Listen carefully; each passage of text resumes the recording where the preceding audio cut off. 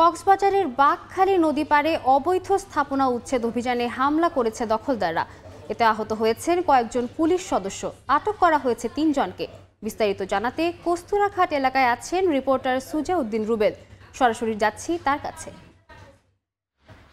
কক্সবাজারের বাঁকখালী নদীর যে উচ্ছেদ কার্যক্রম দ্বিতীয় দিনে শুরুতেই বাধা বিপত্তির সৃষ্টি হয়, যেখানে পুলিশকে ইট পাটকেল নিক্ষেপ করা হয়েছিল, যেখানে কয়েকজন পুলিশ সদস্য আহত হয়েছে এবং তাদেরকে চিকিৎসাধীন অবস্থায় কক্সবাজার সদর হাসপাতালে রয়েছে। আর পাশাপাশি এই ঘটনায় যারা জড়িত তাদের মধ্যে 3 জনকে এর মধ্যে পুলিশ আটক করেছে। সেই আমরা বিষয়টি আসলে লক্ষ্য করেছি। তবে বিআইডব্লিউটি এর যিনি পরিচালক রয়েছেন তিনি আমাদেরকে যেটি জানিয়েছেন, আজকে শুরুতে যখন উন্নয়ন ইন্টারন্যাশনাল যে প্রতিষ্ঠান রয়েছে সেই প্রতিষ্ঠানে যখন উচ্ছেদ কার্যক্রম শুরু করতে যায়, সেখানে কয়েকটি গাড়ি দিয়ে ব্লক করে সেখানে মানুষজনকে কাপড়ের কাপড় পরিয়ে এবং শিশুদেরকে দিয়ে বাঁধার সৃষ্টি করে। পরবর্তীতে যখন কাগজপত্র নিয়ে এক পর্যায়ে দুপক্ষের কথা কাটাকাটি হচ্ছিল, এই সময় ইট পাটকেল নিক্ষেপের ঘটনা ঘটে। এরপরে কিন্তু র্যাব, পুলিশ এবং সেনাবাহিনী এসে পুরো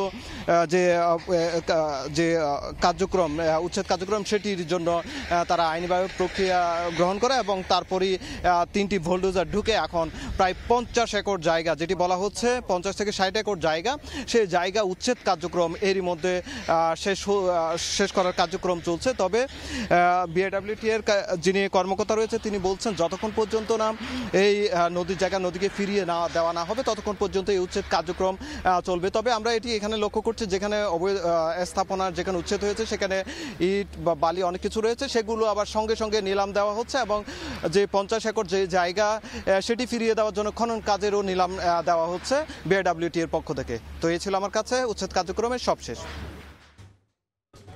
সরাসরি যুক্ত ছিলাম কক্সবাজারের বাঁকখালী নদীতে।